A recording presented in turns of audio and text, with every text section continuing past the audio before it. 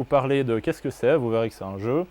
Il y a du hardware, il y a du software, on va passer sur tout ça. Ça s'est pas fait, ça s'est pas fait si facilement que ça, on a eu 2-3 problèmes en cours de route, on va parler des roadblocks. Un petit mode bonus à la fin, et puis on va aussi vous expliquer comment est-ce que vous pouvez refaire ce même projet chez vous avec du hardware que vous n'avez probablement pas encore, mais ce sera possible. Du coup voilà, on va commencer tout d'abord par l'idée. Comment est-ce que ce projet est venu à naître Alors il faut savoir qu'en fait on fait cette présentation aujourd'hui, mais la genèse de tout ça, on va dire, c'est quelque chose qui a commencé il y a quand même quelques années maintenant. En 2019, il y avait un camp auquel on a participé qui s'appelle le CC Camp, qui rassemble pas mal de monde sur une surface. Ici il y a une photo, en gros c'est une semaine durant laquelle pas mal de gens, de hackers, s'amusent à venir pour créer, montrer divers projets, etc. Et nous on est arrivé là-bas en n'ayant pas une idée très précise de ce qu'on allait faire, mais on avait un petit peu de matos, on avait pris avec nous nos laptops. Voilà une ou deux photos de quand on code dans le train, quand on code sur le camp. Qu'est-ce que c'est le matos qu'on avait? On est arrivé là-bas avec Sacha avait une grosse bande de LED de 5 mètres. On a pris une Raspberry Pi et on savait qu'on avait 5 jours. Donc dans le trajet, on a réfléchi à qu'est-ce qu'on pourrait bien faire avec tout ce matos et puis ce temps. Et puis de tout ça, on a ressorti pas mal de lignes de code. C'est pas incroyablement propre, on va pas vous mentir, mais la finalité du projet, c'était que ça marchait quand même à peu près, ce qui était déjà pas trop mal. Nous voilà en train de coder, je sais pas quelle heure de la nuit c'était, mais vous voyez un peu l'ambiance. Une nuit parmi d'autres dans laquelle des gens dansent, on dirait pas, mais des gens dansent proche de nous, il y a des lumières dans tous les sens, bref. Du code de qualité, des commits de qualité, des messages de qualité. Bref, coder à 4 heures du mat, c'est super. Donc qu'est-ce que c'est qu'on a construit pendant ce temps? Eh ben, pour vous parler un petit peu du concept, le but c'était de faire un jeu multijoueur sur cette bande de LED. Donc on a réfléchi à ça pendant le trajet. Le but c'était qu'on puisse l'amener en soirée, que des gens puissent s'y connecter et jouer facilement et comprendre facilement. Les deux interfaces de ce jeu, c'est le smartphone des différentes personnes qui vont jouer et puis la strip de LED, dont une que vous voyez derrière moi. Le jeu, qu'est-ce que c'est? Comment est-ce qu'on joue? Alors, les quelques inspirations pour le jeu, comme on joue quand même les deux à des jeux vidéo, on a pris des trucs qu'on connaissait. C'est inspiré de certains shoot 'em up et de certains jeux de combat. On s'est dit que sur ces LED, chaque joueur qui se connecte allait pouvoir contrôler une LED, donc une petite lumière de couleur, et le but ça allait être classique de se déplacer et de tirer sur les autres. Rien de révolutionnaire, mais ce qui change un petit peu, c'est que on joue dans une seule dimension, vu qu'on a une seule bande de LED. Donc voilà, résumé. Notre écran, c'est une seule strip de LED. On contrôle le jeu avec le browser sur smartphone. Le but du jeu, c'est être le dernier survivant. Et puis, les trois actions possibles, c'est aller à gauche, aller à droite et tirer. Une petite démo en vidéo de ce que ça donne.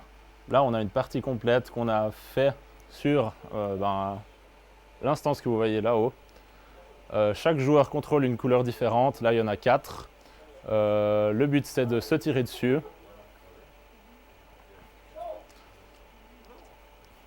Et d'être le dernier qui survit. Petit duel intense. Avec son intensité propre. Et voilà, c'est la fin de la partie. C'est le bleu qui a gagné. Donc voilà le résultat final de notre jeu. Spécificité du gameplay, parce que un ou deux petits trucs à savoir sur les règles. Quand deux joueurs se tirent dessus, les deux tirs s'annulent quand ils se rencontrent. On a pu voir ça dans la vidéo juste avant. Plus on attend avant de tirer, plus le tir ira loin. Ça fait que c'est pas spécialement avantageux de juste spammer le tir tout le temps. L'idée c'est que ce soit un tout petit peu plus intelligent que ça. Et dernière chose, la zone de jeu se réduit au fil du temps. On ne peut pas juste se réfugier de l'autre côté du cercle et tourner en rond infiniment. À un moment, il y en a un des deux qui ne pourra pas aller plus loin. Donc voilà pour les règles du jeu. Et pour la partie hardware, je laisse Sacha vous expliquer. Merci beaucoup, bonsoir.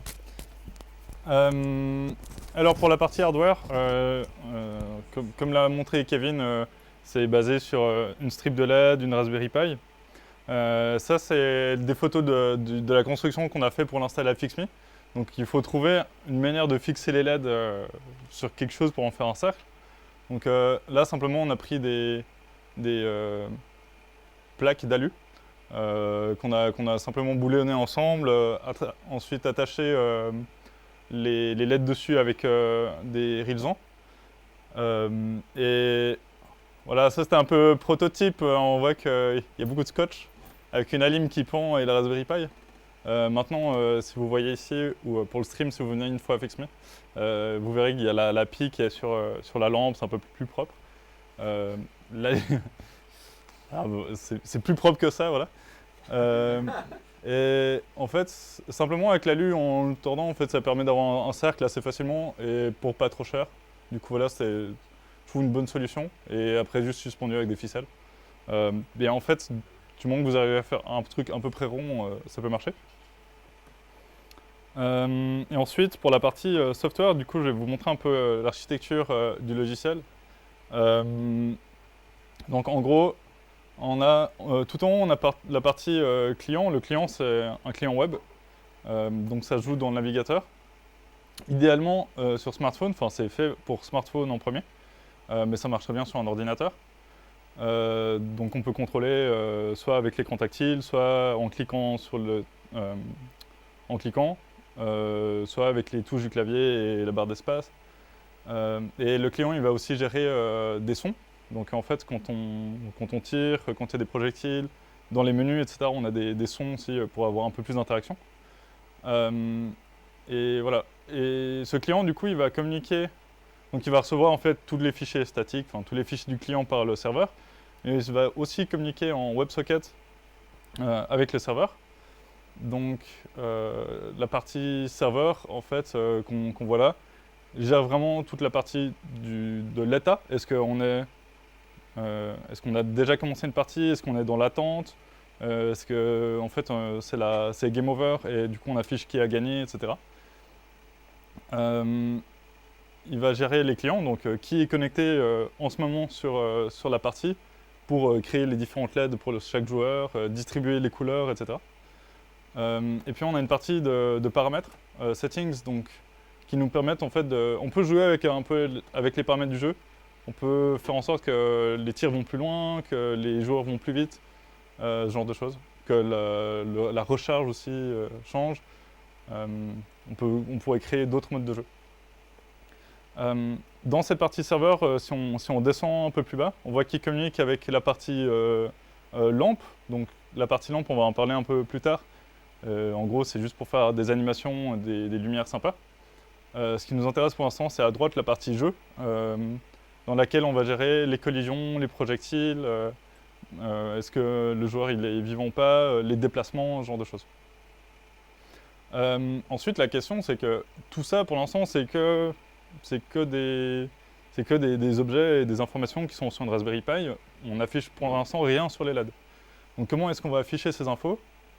On va communiquer avec un display manager, donc un truc qui va gérer l'écran. Donc ce qu'on appelle le display, c'est en fait notre strip de LED. Et là, on a des couches d'abstraction qui nous permettent d'être un peu plus flexibles et de pouvoir changer de choses si on a envie, changer de manière de s'interfacer avec les LED. Par exemple, le premier qu'on a fait, c'est la branche VO, c'est le display API Raspberry Pi. Donc l'idée, c'est que sur la Raspberry Pi, on a un autre service qui tourne, qui a ce nom horrible parce qu'on n'avait pas d'inspiration pendant le camp. Mais en gros, il est très précis. C'est Raspberry Pi. Ensuite, c'est les noms de strips de LED qui sont RGB white et HTTP server.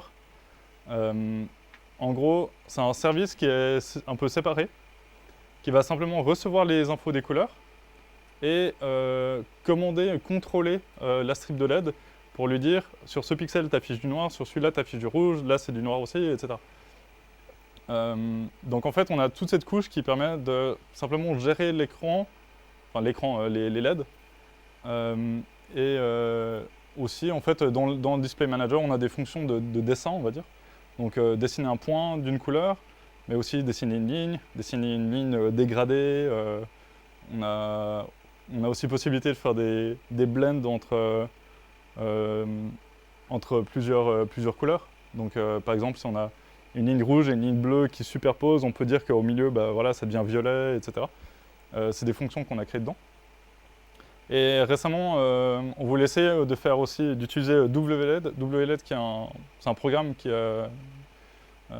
existe sur des microcontrôleurs pour contrôler des LED. Et ils ont aussi une interface avec laquelle on peut, enfin, il y a aussi une interface avec laquelle on peut se connecter. Et on a aussi fait un manager du coup pour WLED, donc on pourrait imaginer avoir notre bande de LED avec un microcontrôleur et un serveur quelque part ailleurs. Et avoir cette communication entre le serveur et le microcontrôleur qui contrôle les LED. Ça nous permet aussi beaucoup de flexibilité si on veut construire d'autres choses, s'amuser. Voilà. Je ne sais pas si vous avez des questions sur cette partie. Si on peut y revenir après aussi. Ouais. Le serveur, il est sur le Raspberry Pi, c'est ça? Ouais. D'accord. Actuellement, là, tout est sur le Raspberry Pi, à part le client. Ouais, ok. Mais ouais. Et en fait, les deux briques là sont entre la partie jeu et la partie serveur de LED. En fait, tout est sur la même machine, mais ils communiquent quand même en HTTP et en UDP. Et ensuite, ça marchait bien, donc on s'est dit, tiens, on va essayer de faire une version portable. Parce que là, c'est cool, mais elle est un peu fixe à FixMe. On aimerait bien l'amener à des soirées, à la montagne, je sais pas. Et du coup, on a commencé à faire une version portable et je vais laisser Kevin la présenter. Merci. Du coup, oui, on a fait, comme dit Sacha, deux versions de ce hardware. On a la première version qui est affichée, qui est ici à FixMe, comme tu viens de le dire, et on a une version portable. Le but de cette version portable, c'était qu'on puisse la prendre où on veut. Les composants sont un petit peu différents, vu qu'il fallait penser au fait que ça doit être facilement transportable, déployé, etc. De quoi c'est constitué? C'est constitué, je peux vous montrer derrière moi, une roue faite de ces rayons en bois du coup, on peut complètement rétracter tout ça et ça tout reste dans un profil finalement assez restreint comme ça. On peut le déployer complètement. Il y a ces câbles là qui s'occupent de faire que chacun des rayons soit à la bonne distance. Donc quand on le démonte, on le transporte, c'est juste une planche. Quand on le déploie, c'est une roue complète. On a la strip de LED qui ici est à laquelle qu'on a accroché au rayon bois, mais en fait qui est complètement séparée. C'est simplement, ça s'accroche au bout de chacun de ces 8 rayons, donc ça se transporte complètement séparément. Et puis au bout d'un des rayons, on a la Raspberry Pi Zero ici, qui du coup contrôle l'ensemble des LED. On peut la relier soit à une alimentation secteur comme on a fait là aujourd'hui, soit aussi à des batteries. Par exemple, je crois qu'il nous faut 3 batteries de smartphone pour pouvoir alimenter ça. Bref, du coup, on a 2-3 méthodes différentes. Soit si on est par exemple dans un appartement avec du courant et pour lequel on pourrait alimenter toute la soirée, soit si on est à l'extérieur. Donc c'était le but, c'était de pouvoir emporter ça à peu près partout. Juste une question là. Oui. Raspberry Pi Zero, c'est quoi? Le Raspberry Pi Zero, c'est quoi cette sorte de question? Qu'est-ce que tu entends par c'est quoi? Bah, je connais la Raspberry Pi. Ok. C'est quoi Zero? Alors la Raspberry Pi Zero, c'est comme le Raspberry Pi, donc c'est un petit ordinateur qui a à peu près tout ce qu'il faut dessus, et juste Zero, c'est la version qui est très très petite en fait.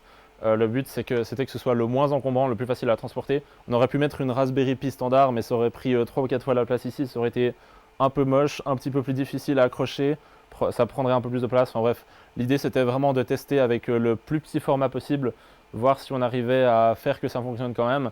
Et vous verrez, on en parle après un petit peu. C'était pas aussi simple que juste changer le format parce qu'il y a 2-3 contraintes qui viennent avec ça, mais au final on arrive à faire que ça marche pas trop mal. Donc voilà. Une ou deux photos de quand on montait cette roue. Voilà ce que ça donne quand toutes les pales sont rétractées. Ici c'est le moment où on vissait tout ça. Le voilà une fois à terre au complet. Et puis je crois que c'est la première fois qu'il fonctionnait. On avait juste allumé toutes les LED pour vérifier et ça marchait. Donc voilà. Ça c'était le hardware de cette partie portable. Maintenant niveau software, à la base du code on a repris à peu près quasiment tout ce qu'il y avait là. Seulement qu'il y avait une ou deux petites différences, c'est que comme on le transporte n'importe où, eh ben, on n'a pas de connexion d'internet n'importe où. Donc il fallait pallier à ce problème. Si on reprend l'architecture de base en simplifié du schéma d'avant, on a des LED qui sont connectés à notre ASPI 0. Il fallait que tout ça, ça puisse avoir accès à internet. Donc ce qu'on a fait, c'est que notre ASPI 0 elle se connecte en Wi-Fi à un de nos smartphones, un access point. Après ça, les utilisateurs se connectent aussi à notre smartphone. Seulement, on aurait pu en rester là, mais on aurait dû, quand on déploie ça et qu'on le monte, on aurait dû donner aux utilisateurs l'adresse IP de notre PI, donc on aurait dû aller la rechercher, voir quelle adresse IP avait été affectée, enfin bref. Ça aurait été un peu chiant, puis c'est pas fun de dire à tout le monde des suites de 4 chiffres. Donc ce qu'on a fait, c'est on a réfléchi à une solution un petit peu plus simple. On a fait ce qu'on a appelé le portail, qui est en fait une page web très simple qu'on a hébergée sur un nom de domaine qu'on se rappelle facilement, où les gens peuvent accéder.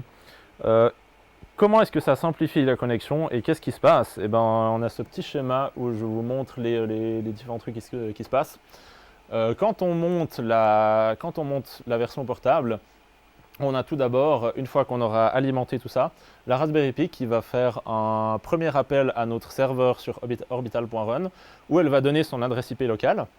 Le serveur orbital.run va enregistrer cette adresse IP. Et ensuite, ce qui se passe, c'est que lorsqu'un client se connecte à notre serveur orbital.run, eh ben, le serveur va pouvoir lui donner directement l'adresse IP locale que la Pi lui a donné enregistrée. Oui, en fait, exactement, on redirige vers cette IP locale. Tout ça, en fait, ça c'est vraiment dans le but de ne pas avoir à donner manuellement cette adresse IP. Mais au final, ce qui se passe, c'est que la connexion ça va se faire à la fin directement entre le smartphone de l'utilisateur et puis notre Raspberry Pi, une fois que tout ça ce sera en place. Voilà pour la partie logicielle de cette version portable. Comme je disais, c'était pas si simple que ça. On a eu 2-3 roadblocks. Oh pardon, t'avais encore une question. T'avais une question, Sacha. Pourquoi vous n'avez pas fait genre un point d'accès sur le Raspberry Pi et puis vous connectez tout sur le Raspberry Pi comme ça? Alors la question c'est pourquoi est-ce qu'on n'a pas fait un point d'accès sur le Raspberry Pi? La réponse c'est je sais plus exactement, mais il me semble qu'il y avait un problème d'énergie, non? Et puis même je sais pas si elle peut le faire facilement. Ouais, je crois aussi que le problème c'est qu'en fait, même si on a l'accès directement sur la Raspberry Pi n'a pas accès elle-même à Internet. Donc en fait, ça nous permet pas d'avoir ce truc avec orbital.run. Parce qu'en fait, si tu te connectes sur la Raspberry Pi, même si elle émet du Wi-Fi, tu as toujours besoin de trouver son IP. Donc tu dois aller dans les paramètres et tout, tu sais le faire, mais expliquer à quelqu'un bourré en soirée de le faire, c'est plus compliqué. C'est ton Raspberry qui fait DNS dans ce cas-là. Ouais. Alors ouais, tu pourrais faire avec un... Ouais. DNS monteur. Non, c'est vrai que tu pourrais. Voilà. Et en réalité, on a d'autres problèmes sur la Raspberry 0 pour émettre du Wi-Fi. Et on n'avait pas envie de s'amuser à débugger ça, du coup on a pris cette solution. Parce qu'elle est connue et plus simple. Après on verra, ça pose d'autres problèmes. Ouais. Là vous êtes en 62 quelque chose, du coup c'est pas l'adresse locale. Non, là c'est l'IP de FixMe sauf erreur. Bah du coup c'est l'IP local. C'est peut-être pas la bonne IP. Là c'est peut-être pas la bonne IP. là, c'est une IP publique mais ouais. Communique en local. Ouais. Oui. D'accord, ok. Ouais, en fait tu Oui. peux remplacer les 62 bidules par un 102.168 si t'en veux. Ouais, ok. Du coup, les problèmes qu'on a eu, désolé pour l'anglicisme, on a eu pas mal de soucis. On en a listé quelques-uns qu'on pense intéressants. Le premier, c'est la communication lente entre le serveur et la partie qui gère les LED. Donc on a séparé cette architecture en deux parties. Et au début, en fait, ce qu'on faisait, c'est on communiquait le serveur communiquait au display manager les différentes couleurs des LED avec un JSON. Donc, ce qui est cool avec JSON, c'est que c'est facile à lire pour des humains, c'est facile à lire pour des machines. Donc, c'est super standard, les API RS, etc. Et du coup, on voit ça, on se dit bah c'est parfait. On a toutes les couleurs, on a donc pour chaque ligne, c'est une LED. Donc là, la première ligne, elle sera complètement allumée sur le rouge, vert, bleu et blanc. La deuxième, elle sera seulement rouge. Et la dernière, elle sera seulement blanche. On se dit, bah c'est très bien. Le problème, c'est que quand on commence à avoir ce truc avec 300 lignes, parce qu'on a 300 LED, et qu'on veut le faire 20 fois par seconde pour faire 20 images secondes pour le jeu, ou même 60 images par seconde pour la partie lampe, ça commence à vraiment bouffer du CPU sur la Raspberry Pi pour sérialiser et désérialiser, donc transformer nos objets en ce format JSON et reprendre ce JSON pour en refaire des objets exploitables par le programme. Et du coup, ça prenait beaucoup trop de processeurs et j'ai mis plus de 50%, je ne sais plus exactement, mais en gros, ça faisait complètement ramer le jeu et c'était injouable. Sur la Raspi 3, je crois que c'est là-haut, ça allait, sur la Raspi 0, c'était mort. Du coup, on a commencé à réfléchir à des solutions. Et déjà, pour comprendre que le problème venait là, c'était un peu plus compliqué parce que tout laguait. Donc on a dû attacher un debugger, essayer de comprendre d'où venait le problème, voir quelles étaient les fonctions qui étaient tout le temps appelées, et on a vu que c'était ça. Pour résoudre le problème, en fait, on s'est dit, au lieu de sérialiser, désérialiser, faire ces trucs qui prennent du temps, on peut directement faire de l'UDP. Donc l'UDP, comme certains savent, on n'a pas la garantie que les paquets vont arriver. Donc on n'a pas de garantie que chaque image sera parfaite. Peut-être qu'il va manquer une image tout à coup, s'il n'y a pas de chance. Mais comme la communication elle se fait sur la même machine, en général ça ne pose pas de problème. L'autre avantage, c'est que c'est un peu plus léger que TCP. Et le meilleur avantage vraiment, c'est qu'on n'a plus besoin de sérialiser, désérialiser. On peut directement envoyer les bytes qui sont les valeurs des LED. Donc au début, on envoie un header qui est 3 ou 4 pour dire s'il y a 3 ou 4 couleurs. Donc c'est une strip de LED RGB ou RGB white. Et ensuite, on envoie nos données. D'abord, on envoie le rouge là qui est à fond FF, donc le rouge sera allumé à fond. Ensuite, le vert, il sera allumé à 99, 55, etc. Et du coup, on envoie vraiment tous les bytes. Et de l'autre côté, le serveur reçoit tous les bytes et les transmet sur les LED. Et ça, c'est vraiment beaucoup plus léger. En fait, on le voyait même plus dans les flame charts, enfin dans les graphes de consommation, etc. Donc, pour avoir que plein de fois des trucs sur des LED, des strips, etc., souvent on fait des JSON parce que c'est facile.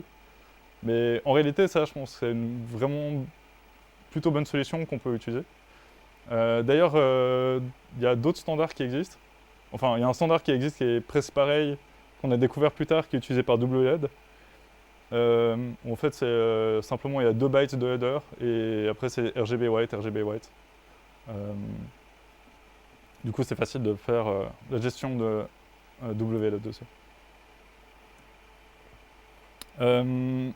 En parlant de librairie ou de bibliothèque de code pour les LED, pour gérer les LED, il n'y a pas beaucoup de choses qui existent pour Raspberry Pi et qui gèrent les strips RGB white. Et pour Node.js, c'est encore pire. Du coup, pour l'instant, on n'a pas encore de solution définitive, mais vraiment par rapport à Arduino qui a WLED, FastLED, NeoPixel, il y a énormément de choses sur Arduino. Sur Raspberry Pi, c'est un peu plus rare et il y a des projets, mais je les trouve relativement peu maintenus.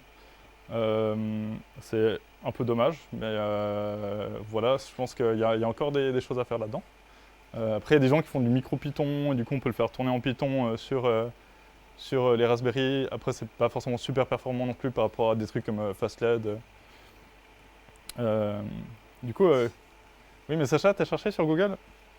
Alors, le problème, c'est que quand on Google ce qu'on veut, pardon, c'est un peu petit, mais Raspberry, le nom des strips de LED du DP server, on tombe sur le repo que j'ai fait au camp. Voilà. Donc, c'est un problème. C'est qu'il y a vraiment assez peu de choses qui existent là-dessus. Donc, voilà, si vous vous ennuyez ce week-end, vous savez quoi faire. On avait un autre problème, c'est comment on développe le code et les animations à distance.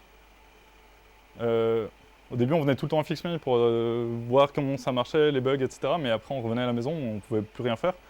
Donc, on a d'abord fait à gauche un simulateur, en mode spectateur qui est dans l'interface encore.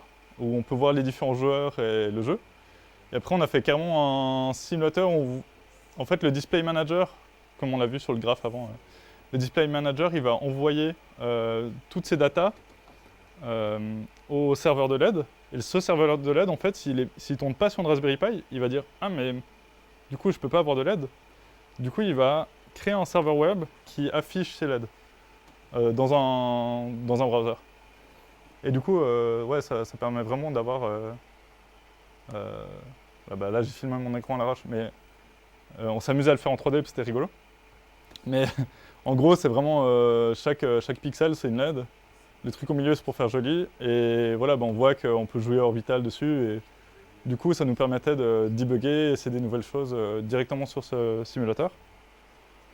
Et puis, maintenant, ça c'est le mode lampe, on va en parler aussi plus tard, on saute un peu d'un côté à l'autre, mais ça nous permet, ça c'est l'interface, c'est la même que celle en 3D, simplement elle est en 2D. Mais ça nous permet vraiment de tester nos animations, de coder des choses juste qu'on est chez nous avec un ordi et pas avoir besoin d'avoir tout orbital sous la main. Voilà, les autres ennuis qu'on a eu. Node, ça démarre super lentement sur les anciennes Raspberry Pi. Du coup, faut tout le temps attendre. Quand on veut compiler, c'est super lent, c'est un peu horrible. Quand on a installé ici à FixMe, la Raspberry Pi, on l'avait mise dans un petit étagère derrière, avec tous les câbles, dont le câble des data, donc le câble qui va contrôler quelle couleur on met sur les LED. Et en fait, il était trop long, et du coup, il y avait tout le temps des glitches, et on comprenait pas en fait, on était sûr que c'était dans notre software, etc. On regardait. Parce que les deux, on fait du software à la base. Simplement, en fait, le câble était trop long, et il y a des interférences, le câble, il les captait, et les LED affichaient n'importe quoi. Donc en fait, on a juste bougé la Raspberry Pi, et ça a résolu le problème. Mais c'est quand même des trucs qui prennent du temps. C'est peut-être un truc à garder en tête aussi si vous faites des projets avec des LED. Évitez d'avoir des câbles data pas shieldés trop longs. Sur Raspberry Pi 0, on avait l'interface Wi-Fi qui s'allumait tout le temps. Même quand on le désactivait au reboot, il se rallumait. On a compris comment faire, hein. C'est une config assez simple, mais puisqu'on ne l'avait pas comprise. Et ce qui était trop bizarre, c'est que du coup, par câble, il était sur une IP publique, par Wi-Fi sur l'IP privée de FixMe. Et du coup, ça faisait des clashs dans le réseau, et quand on était à FixMe, il n'y a rien qui marchait. C'était trop bizarre, c'était compliqué à débugger. Et finalement, on a été aidé, on a trouvé. Et voilà, c'était un truc en plus. Apparemment, le serveur crash quand il reçoit des paquets bizarres. On est sur une IP publique, donc c'est arrivé qu'il crash, on ne sait pas trop pourquoi. Il y a des logs étranges, et il faudrait regarder ce qui se passe. On ne sait pas si c'est des attaques ou si c'est juste de la merde. Quand on joue à Orbital Portable, tu t'en parlais, on se connecte sur un smartphone qui est en partage connexion. En fait, on s'est rendu compte que les smartphones en partage connexion, ils ont un nombre très limité de clients. Sur un OnePlus 7 Pro, celui qu'on utilise d'habitude, on peut mettre que 8 clients. Donc en soirée, c'est un peu dommage, on ne peut pas avoir plus de 8 personnes qui jouent. Donc là, on cherche aussi des solutions. Tu peux jouer ouais. à beaucoup plus que 2 du coup. Ouais. Jusqu'à 300 théoriquement. En fait, on n'a pas mis de limite. On n'a pas mis de limite, donc normalement, je pense qu'à 300. Peut-être ça lag un peu. Là, il y a 300 LED sur 5 mètres, 60 LED par mètre. Mais en fait, le nombre de LED, il est complètement variable. Si tu fais un orbital qui fait 100 LED, ou qui en fait 50, ça marche aussi. Le support de Safari. Ouais, ça scale, ouais. Ça scale dans les deux sens. T'as le support de Safari, on a des problèmes avec les SVG qui s'affichent pas bien. Enfin, voilà. Les matrices de conversion RGB vers GRB white, qui est en fait la manière dont marchait les strips de LED. C'était peut-être un problème en fait de prendre des trucs qui ont du white parce que ça ajoute du chaos partout. Et c'est moins supporté. Et là, on s'est pris la tête vraiment quelques soirées. Avoir un display circulaire, ça ajoute de la complexité parce que du coup on doit à chaque fois gérer, si on veut dessiner une ligne, par exemple du point 250 au point 50, on doit dire ah oui mais du coup ça passe par la fin et ça recommence au début, du coup il faut faire séparer ça en deux fonctions, etc. Donc on joue beaucoup avec des modulos, on a fait des utils, mais au début c'était un peu embêtant. Et voilà, je parlais de matrice de conversion. sur comment on convertit le RGB qu'on aime bien en GRBW.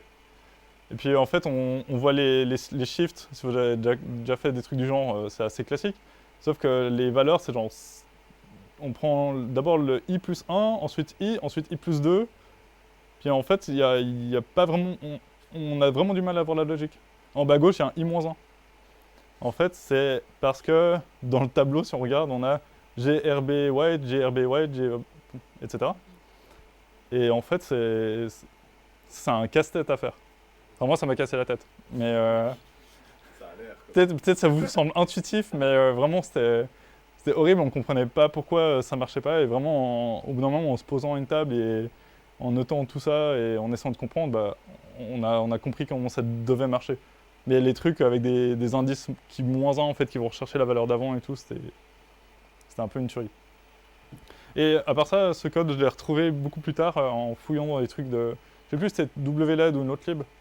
Mais en fait, ils avaient la même matrice de conversion. Donc apparemment, elle est juste. Bah, déjà, on l'a testé, donc on sait qu'elle est juste. Et voilà. Et donc ça, c'est un peu toutes les petites conneries. On voulait en parler parce que voilà, c'est des trucs qui arrivent dans tous les projets. Et bah, c'est plein de problèmes qu'on a réussi à résoudre. Donc si vous avez les mêmes problèmes, on peut vous aider peut-être. Et il y a peut-être aussi des trucs que vous pouvez éviter directement. Genre des câbles de data trop longs. Pour la partie lampe, je vais passer la parole à mon collègue Kevin. Merci. Ah, le Le collègue. Qu'est-ce qu'on peut parler des problèmes Oui. problèmes d'alimentation, vous n'avez pas eu? Alors, Si. juste Si, on a parler eu, dans le micro. vas-y. Alors, ouais, François il demandait si on avait des problèmes d'alimentation. Alors, on a eu quelques problèmes d'alimentation, mais en fait, là, on a une grosse alim, donc ça va bien. On sait qu'il nous faut à peu près 6 ampères pour 300 LED plus la Raspberry Pi. Et du coup, enfin, une fois que tu as à peu près mesuré, ça va. Lui, typiquement, quand on l'allume complètement blanc, il y a des LED, elles sont pas blanches parce qu'il n'y a pas assez de puissance. Mais à 6 ampères. Résistance sur la... Ouais, aussi, ouais. Bah, du coup, on alimente par les deux bouts aussi. Qu'est-ce qu'il y a d'autre? Ah oui, et quand on fonctionne sur batterie, du coup, on a les petites batteries 5 volts 2 ampères d'USB classique. En fait, on en met 3 en parallèle. Du coup, on a 5 volts, 3 en parallèle, ouais. Ça va bien. Et du coup, on a du 5 volts à 6 ampères. Parce qu'il tire sur les 3 batteries en parallèle et franchement, ça marche pas mal. D'une manière générale, comme pas mal de projets de ce genre, s'il y a un domaine dans lequel on peut avoir des problèmes, on a eu des problèmes. Mais il y a des problèmes plus ou moins intéressants à résoudre et à expliquer aussi, faut dire. Du coup, oui, merci Sacha. Derrière moi, vous avez pu voir, c'est pas un jeu qui tourne, c'est ce qu'on a appelé le mode lampe. Donc le but de ce mode-là, c'était de pouvoir poser ça dans une soirée quelque part, et puis que ça mette une ambiance sans qu'on ait tout le temps à s'en occuper, à le toucher et à faire des jeux dessus. Donc le but de ce mode, c'est que ce soit un mode où les LED sont animés d'une manière autonome, qu'on puisse un petit peu configurer différents patterns, qu'on puisse faire varier tout ça, qu'on puisse changer les couleurs si ça nous amuse, et avec plusieurs paramètres. Je vous montre une petite vidéo de l'interface web qu'on utilise du coup pour faire varier tout ça. C'est un exemple d'une animation avec différents paramètres qu'on a mis. Et du coup, bref, on peut s'amuser à changer ça de plusieurs manières différentes.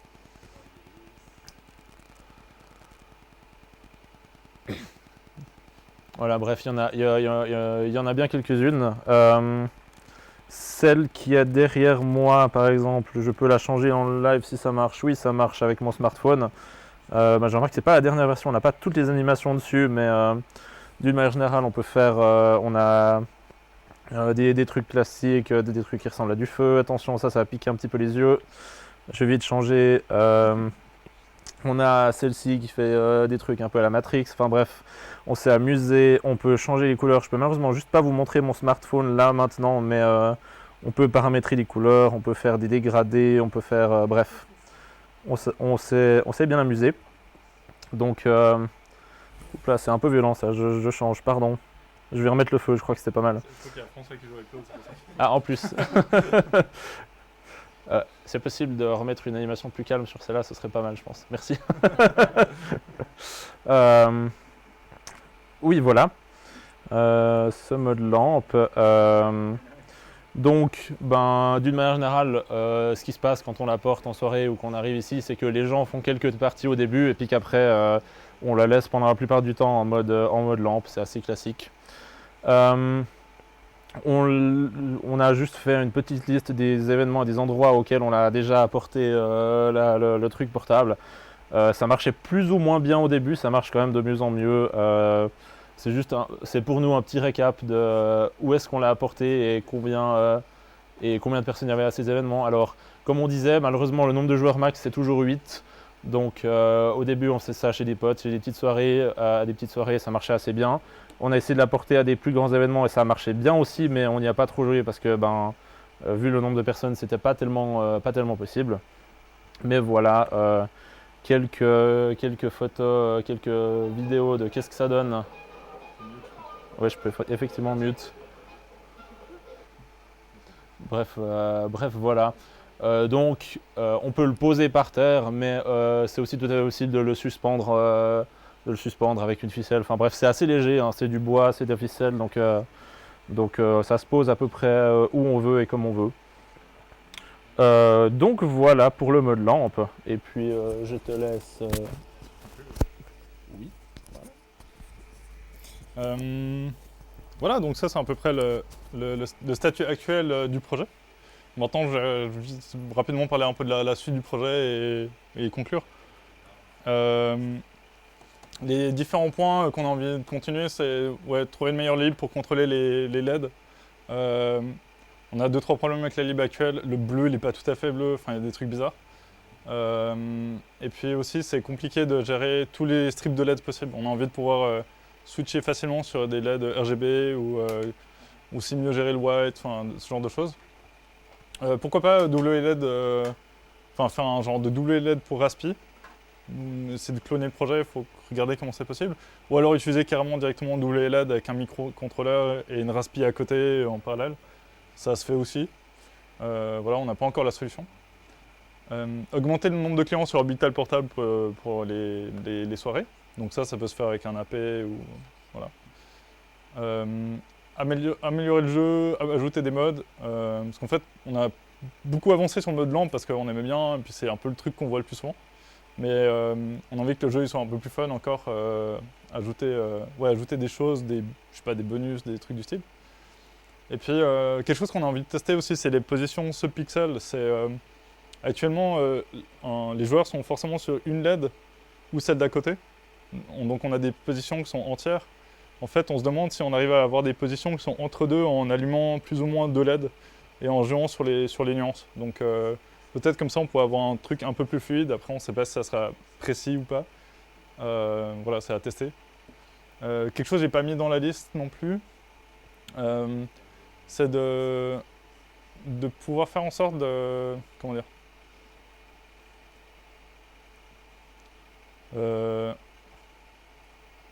Qu'est-ce que je voulais dire? Désolé, j'ai un blanc. C'est pas grave. Et ouais, quelque chose d'autre, c'est aussi, on a envie de l'avoir présent au CC Camp de cette année. S'il a lieu, je pense qu'il aura lieu. J'espère qu'il aura lieu. Et s'il a lieu, on a bien envie de le mettre de manière un peu publique et puis donner le lien aux gens et qu'ils puissent jouer dessus et ouais, s'amuser quoi. Donc voilà. Ouais, je sais plus, c'est pas grave. Pour le dernier point. Build your own. Si vous voulez construire un truc similaire, faire des animations sur des LED, réutiliser le code qu'on a fait, etc. Le code il est open source en licence AGPL. Il est sur GitHub. L'utilisation est possible, on a vu avec deux libs possibles. On a un guide sur le wiki de FixMe qui explique, on a essayé de détailler comment on l'a construit, où est-ce qu'on a trouvé les différents matériaux, etc. Voilà, si vous avez des questions, n'hésitez vraiment pas. Et après, je pense que le projet il peut avoir plein de formes différentes. Je me suis amusé l'autre jour à prendre un de ces trucs genre NeoPixel avec 48 LED un microcontrôleur et utiliser simplement ça pour avoir le display et avoir Orbital qui tourne du coup sur mon desktop. Et du coup, les deux se connectent et ça fait display et du coup c'est cool. On peut avoir les mêmes animations, on peut avoir toutes les choses. Donc c'est très sympa aussi. Et puis ouais, continuer à essayer de faire des trucs sur la lampe avec des modes de couleurs différents. Il y a aussi Damien qui essaye de faire plein de trucs avec des couleurs qui sont super chouettes, avec des mélanges de matrices, etc. Donc il y a peut-être quelque chose à faire ensemble aussi. Donc voilà. J'ai des questions. Merci beaucoup tout d'abord. Bravo.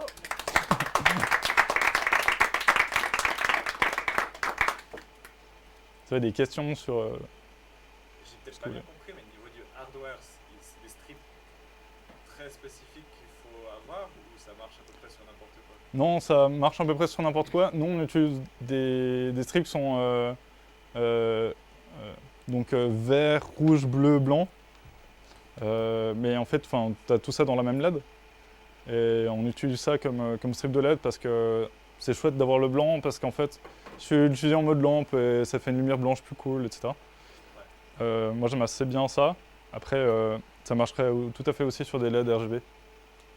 Donc en fait, la plupart des LED que tu trouves en Chine, ça marche.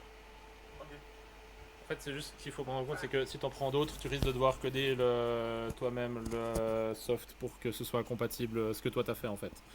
Parce que le standard pourrait ne pas être le même et suivant comment, tu pourras avoir à refaire une petite couche logicielle pour que ça marche. Ouais, faut qu'on reteste parce qu'on a changé il n'y a pas longtemps la vie. Richard, tu voulais dire quelque chose? Oui, c'est-à-dire que disons qu'au niveau de votre architecture, ce serait plus rationnel d'avoir un microcontrôleur qui se charge des LED et des piles qui se chargent de la gestion du jeu. Ouais. Et c'est pas un hasard s'il y a plein de librairies sur les microcontrôleurs pour travailler avec les LED et que vous n'en trouvez pas pour les piles. Voilà, donc là, au niveau de l'architecture, c'est ce qui serait, ce qui vous donnerait le plus de marge de manœuvre, avec une rationalité très grande. Parce que bon, on peut prendre n'importe quel strip, mais il faut prendre des strips où chaque LED est adressable. Oui. Et donc, et là, ça bouge pas mal au niveau des librairies, même quand elles existent au microcontrôleur, ça bouge dans le temps. Ouais. Parce que les architectures même de la construction de ces strips bougent. Donc là, ce serait plus consistant d'avoir un microcontrôleur qui, et vu qu'au niveau de votre architecture, c'est ce que vous avez, parce que les deux parties sont sur le pic, ce serait bien de les avoir. Ça varie. Je vais résumer rapidement pour les internets. Ce que dit Richard, c'est ça a plus de sens d'avoir la partie qui gère les LED sur un microcontrôleur dédié. Je vais y arriver. Pour avoir cette architecture vraiment séparée comme on l'a déjà commencé. Ce qui permettrait vraiment d'avoir plus de flexibilité, d'utiliser toutes les libres qui existent. Et c'est vrai que ça a du sens. Après, pour répondre à la question, ça nous fait un peu plus de hardware. On voulait pas coder tout le jeu sur microcontrôleur parce que MicroPython, déjà on est plus à l'aise en TypeScript. MicroPython est un peu lent, je trouve. À voir, peut-être ça aurait très bien marché. Hein. Ça dépend du microcontrôleur, etc. Et puis on n'avait pas envie de coder en C++ parce que là on y serait encore. Donc on est parti sur une architecture plutôt avec une Raspberry Pi. Maintenant c'est vrai qu'on pourrait avoir les deux côte à côte, ça a du sens aussi. Après c'est vrai que ça fait un deuxième composant, ça fait qu'il faut débugger entre les deux, on ne sait pas forcément lequel. Ça ajoute peut-être un peu de complexité, mais quelque part c'est vrai qu'on a tout l'avantage d'avoir accès à toutes ces libs, à toutes ces choses. Maintenant, en fait, peut-être que tu as la réponse, mais je sais pas pourquoi il n'y a pas plus de libs sur Raspberry Pi pour contrôler des LED. Parce qu'elle est tout à fait capable de faire du IKC, du SPI, etc. La réponse, elle est en miroir, c'est-à-dire que, si tu veux, pourquoi le faire sur un Pi alors qu'on peut le faire sur un microcontrôleur? Ouais. Et le microcontrôleur consomme bien moins d'énergie, c'est vrai. infiniment plus rationnel. C'est du domaine du microcontrôle. Ouais, je vois ce que tu dis là. Ouais. Et le Pi, on lui confie des choses d'un niveau d'abstraction plus grand, plus large, et c'est ça qui est intéressant. Donc, le langage qu'on utilise, enfin, que vous avez utilisé, c'est Node, JavaScript, etc. Et c'est pas ce qu'on utilise au niveau du microcontrôleur. Mhm, Voilà, mhm. donc c'est pour ça qu'on ne le trouve pas. Ouais. C'est parce que globalement, on ne sent pas le besoin de le faire. Quoi. C'est pareil pour la gestion des moteurs, etc. On Mhm, ne bien gère sûr, pas ouais. sur le PI, on Ouais. les gère sur un microcontrôleur qui dialogue avec le PI. Ouais, Par ouais. contre, le PI peut faire plein d'autres choses vraiment intéressantes. Et je pense qu'on va peut-être se diriger aussi plus vers cette architecture avec un microcontrôleur dédié parce que tout existe en fait. Ouais. Et d'ailleurs, pour Lucas, il y avait aussi un élément de réponse. C'est que tu as besoin quand même d'avoir des strips de LED qui sont adressables. Donc tu as besoin de pouvoir contrôler chaque LED. Enfin, c'est pas évident, mais si tu achètes des LED en ligne, il y en a plein qui sont pas adressables ou toutes les LED, c'est le cas de celle-là par exemple, toutes les LED ont une seule couleur. Voilà, même couleur. Il y a une limite du nombre de LED dans un strip? C'était 300 que Ouais, j'ai vu, ou- alors 300 ça marche bien. T'as une limite, t'as plusieurs limites. T'as une limite sur la. Déjà, t'as une résistance sur le long de ta LED, donc tu dois l'alimenter un peu partout au bout d'un moment. Ok. Et puis t'as une limite selon les types de LED et les types de protocoles. Mais souvent ça va assez loin. Ah, mais quand tu disais la limite c'est 300 joueurs, c'est parce qu'il y a 300 LED. C'est parce qu'il y a 300 LED. Ouais, donc tu dois peut-être- Bon, au Moi, j'ai début, jamais réussi à réunir t'exposes 300 ceux qui sont à personnes. côté de toi. Faudrait s'y mettre. Ouais, Damien? Ouais. Parce que moi j'ai aussi commencé à jouer avec des LED et puis j'ai pris des chemins un peu différents. Et du coup c'est vachement intéressant de voir ce que ça vous fait. Ça va plus loin que ce que j'ai fait. Après, qui me disait, c'est vrai, en fait, ce que je comprends, c'est que souvent on délègue aux microcontrôleurs une tâche de bout de chaîne, comme par exemple juste adresser les LED. Et du coup, le microcontrôleur, il a le minimum d'intelligence. Mhm. Et c'est vrai que c'est assez judicieux. D'ailleurs, vous envoyez des crânes UDP avec carrément les couleurs Ouais. à afficher. Et puis, moi j'ai fait un projet pour des escape rooms où il y a de l'IoT. Pareil, on a fait pareil. Les microcontrôleurs, ils ont un protocole tout simple. Et il n'y a quasi aucune intelligence. Après, pour faire des animations, c'est cool d'avoir un peu de routine dans le microcontrôleur pour la fluidité et tout ça. Mhm.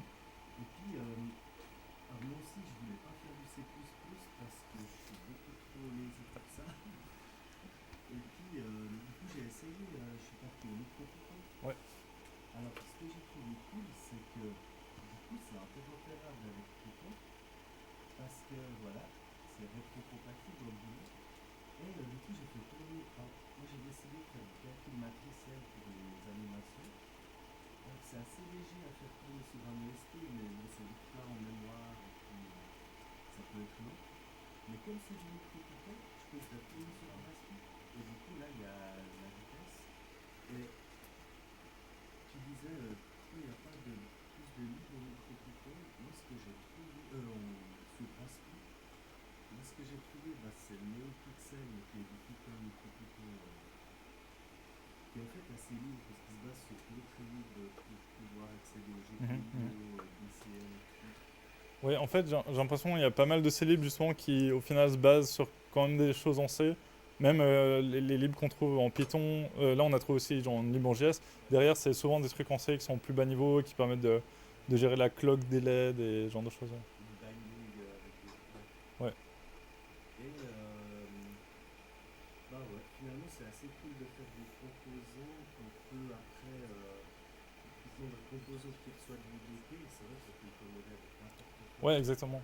Ouais. On peut devenir un peu. Moi j'aime bien ce qui converge, c'est pour ça que j'ai fait du micro-Python. Et donc voilà, comme toi tu disais, t'aimais bien avoir on a le petit ring light pour développer en Mhm. J'ai acheté un FT232H qui est un GPIO USB. Bon, c'est un peu. Il y a une driver installé sur Linux. Le ça va. FT232H, tu dis. Ouais. Et du coup, c'est un microcontrôleur C'est un GPIO. C'est un GPIO Une interface USB. avec une interface USB, ok. Ouais. Il est NeoPixel, le micro-Python sur Raspberry, il utilise le SPI de ce truc. Ouais. Je sais pas pourquoi, mais ça marche. Et du voilà, le code que je fais en micro-Python, qu'on fait en micro-Python, il peut tourner sur mon microcontrôleur, le Raspi, un x86 avec Solarité 232. Mhm. Du coup, c'est assez cool. Après, de mettre tout ça ensemble, donc voilà. Nice, bah, c'est cool. Ouais. J'arriverai pas à tout résumer pour YouTube, désolé. Ah ouais. Fallait venir. Mais il fallait venir. Mais, On fera un talk pour voir des différences. mais exactement, il y aura un talk sur tout ce qu'il vient de dire, donc venez. Bah ouais, on a vu pour revenir pour le prochain talk. Vous avez d'autres questions, commentaires? Ok. Est-ce qu'on peut jouer ça sur un téléphone sans écran? Enfin, sans LED? Alors sur ton téléphone, tu peux pas jouer sans les LED. En fait, il y a un mode spectateur sur lequel tu peux voir ce que les autres gens sont en train de jouer. Donc même si tu joues là maintenant, quelqu'un qui est à la maison devant son stream, il peut ouvrir orbital.fixme.ch et aller en mode spectateur et voir le mode spectateur. Et ouvrir un deuxième navigateur pour jouer. Ça, c'est possible. Mais du coup, sur ton téléphone, ouais. Bah, si t'arrives à avoir deux fenêtres en parallèle, c'est possible. Si t'as deux tables, je sais pas. C'est pas idéal. C'est pas fait pour. Ou avec un pote, puis il y en a qui fait la vidéo. Ouais, exact. Normalement pas, en fait, c'est pas fait pour. Notre idée, c'était vraiment d'avoir un... On s'est dit, on veut faire un jeu comme ça en commun, il nous faut un contrôleur pour les gens. Et le meilleur contrôleur que tout le monde a dans la poche, c'est un smartphone. Tu peux dire aux gens de se connecter pour jouer. Et du coup, ouais, si vous voulez vous connecter à orbital.fixme.ch, vous pouvez jouer.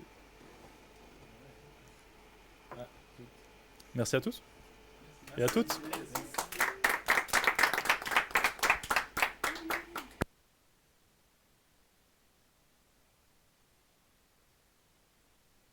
Vous parlez de jeu une dimension? Oui. C'est un Bah, il y jeu a en une dimension. C'est un jeu en une dimension. Circulaire. C'est le Voilà. premier de. Non. Ok. Non, on n'est pas les Non. premiers à avoir l'idée. Et j'en avais fait sur navigateur pour rigoler.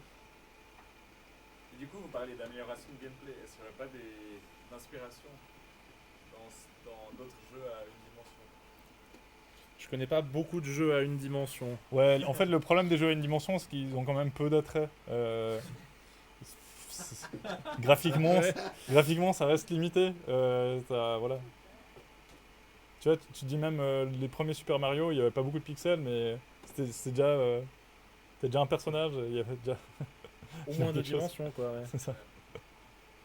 Même Pac-Man, tu vois, là-dessus.